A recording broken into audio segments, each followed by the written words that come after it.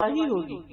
مجھے اچھی طرح یاد ہے کہ میری ساس نے ایک مرتبہ یہ کہا کہ میری ساری بہوؤں میں سے میرا نام لے کے کہا ایک یہ ہے جس نے آج تک مجھے جواب نہیں دیا آگے سے, یہ میری عزت کرتی, اور مجھے کبھی خیال بھی نہیں آتا کہ میں واقعی کچھ کر رہی ہوں. لیکن اس دن مجھے احساس ہوا کہ اچھا یہ بھی میٹر کرتا ہے. بڑے بعض اوقات بہت پیار سے بات کرتے ہیں, بہت کیئر کرتے ہیں, بعض اوقات بیمار ہوتے ہیں, تھکے ہوتے ہیں, یا کبھی غصے میں بھی ہوتے ہیں, یا کوئی اور بات ہو سکتی ہے, وہ ناراض بھی ہوتے ہیں. کبھی ان کی ناراضگی برحق ہوتی ہے, کبھی ناراضگی ناحق ہوتی ہے. لیکن ہمارا دین ہمیں کیا سکھاتا ہے کہ ہم نے ان کے ساتھ کیا معاملہ کرنا ہے, ادب کا, احترام کا. ہم نے اپنا فرض پورا کرنا ہے, اور اسی سے پتہ چلے گا کہ ہم واقعی دین پڑھے ہوئے لوگ ہیں. اگر ہر ماں اپنی بیٹی کو یہ نصیحت کر کے بھیجے کہ بیٹا اس خاندان کے سب بڑوں کی عزت کرنی ہے, تو آپ دیکھیں کہ کتنے ہی مسائل صرف اس سے حل ہو جائیں گے. پھر اس کے بعد یہ ہے کہ کچھ رشتے, کچھ بچے چھوٹے ہوتے ہیں, کچھ عمر میں کم ہوتے ہیں, کچھ بعض اوقات وہ درجے میں کم ہوتے ہیں. مثلاً کوئی بھائی بڑا ہے آپ کے شوہر کا, کوئی چھوٹا ہے, کوئی بہن بڑی ہے, کوئی چھوٹی ہے, اسی طرح باقی بھی کچھ بچے ہیں.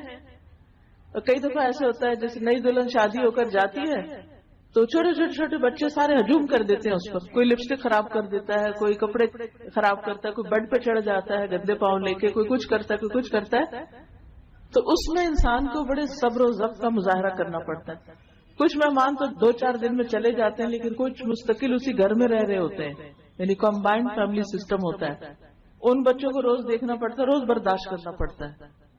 تو وہاں کیا کرنا چاہیے؟ وہاں پھر نبی صلی اللہ علیہ وسلم کا یہ حکم ہے, چھوٹوں کے اوپر رحم, سختی کا معاملہ نہیں, شفقت کا معاملہ, سمجھانے کا معاملہ. کیا کہہ کے اگنور کر سکتے ہیں, درگزر کر سکتے ہیں, کوئی بات نہیں, چھوٹے ہیں نا, چھوٹے ایسے ہی ہوتے ہیں. میں تو بڑی ہوں نا, یعنی وہاں اللہ نے آپ کو بڑا بنایا تھا, آپ بڑے بن کے رہیں. اور بڑے بننے کا مطلب تکبر کرنا نہیں, بڑے بننے کا مطلب چھوٹوں کے ساتھ شفقت اور نرمی کا سلوک کرنا ہے. تو اس سے آپ دیکھیے کہ بچہ بچہ آپ سے محبت کرنے لگے گا, اور یہی آپ کی کامیابی ہے کہ آپ ہر بچے کو امپورٹنس دیں. اریٹیٹ نہ ہو کہ یہ بہت شور کر رہے ہیں, بہت باتیں کر رہے ہیں, بہت بدتمیز ہیں, یہ ایسے ہیں, یہ ویسے. نہیں, آپ ان کے دل جیتیں, آپ ان سے محبت کریں, تو سارے آپ کے پیچھے لگ جائیں گے. آپ ان کو کہانیاں سنائیں, آپ ان کی پسند کی کوئی کھانے کی چیز دیں, آپ ان کا حال پوچھیں, ان کو کوئی تکلیف ہو, چوٹ لگ جائے, کچھ ہو جائے, آپ کیئر کرنے والے ہیں, آپ سمجھیں یہ میرا فرض ہے. تو دیکھیں کیسی محبت پیدا ہوتی ہے. آپ ان کو گلے لگائیں, آپ ان کو پاس بٹھائیں, آپ ان کے چھوٹی بچیاں ہیں تو کسی کو لپسٹک لگا دیں, کسی کو کچھ کر دیں, تو آپ دیکھیں گی کہ وہ آپ کی گرویدہ ہو جائیں گے. تو جس لڑکی کے گواہ بڑے بھی ہوں اور چھوٹے بھی ہوں, دونوں طرف کی گواہی بھی بہت اچھی ہے, تو آپ خود سوچئے کہ اس کی کیا ناموری ہوگی, اور اس کا اس گھر میں کتنے قدم جمیں گے, اور کتنی برکت ہوگی, اور کتنا اس کے لیے آگے بڑھنے پھلنے پھولنے کے مواقع ہوں گے.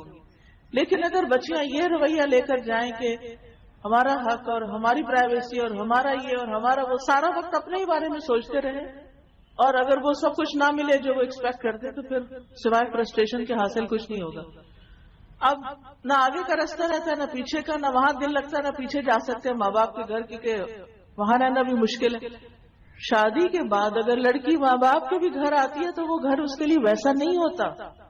یہ بھول ہوتی ہے کہ ہم اپنے ماں باپ کی گھر بڑی عیاشی کرتے تھے, اور اس دھوکے میں لڑکیاں کہتی چلو واپس چلتے ہیں, جا کے پھر وہ عیاشی کرے. اب وہ بات نہیں رہتی, اب ویسا نہیں رہے گا, ہر چیز بدل چکی ہے. اس لیے سوچ سمجھ کے واپسی کا راستہ اختیار کیا جائے, اور اس گھر میں جگہ بنانے کی کوشش کی جائے. اور جگہ بنانے کے لیے, ایک مقام پانے کے لیے کچھ قربانی کرنی پڑتی ہے, کچھ صبر کرنا پڑتا ہے, کچھ اپنے دل پہ جبر کرنا پڑتا ہے. پھر اسی طرح پہلے بھی بات ہوئی کہ انسان جب کسی کے ساتھ احسان کرتا ہے تو دراصل وہ اپنے ساتھ کر رہا ہوتا ہے.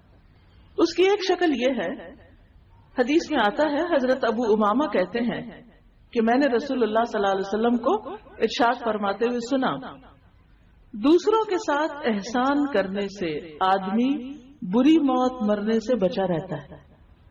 یعنی ایسے انسان کا خاتمہ اور انجام اچھا ہوتا ہے, یعنی ایمان پہ خاتمہ ہوتا ہے, حادثاتی موت سے محفوظ رہتا ہے. اور دوسری نصیحت آپ نے کیا فرمائی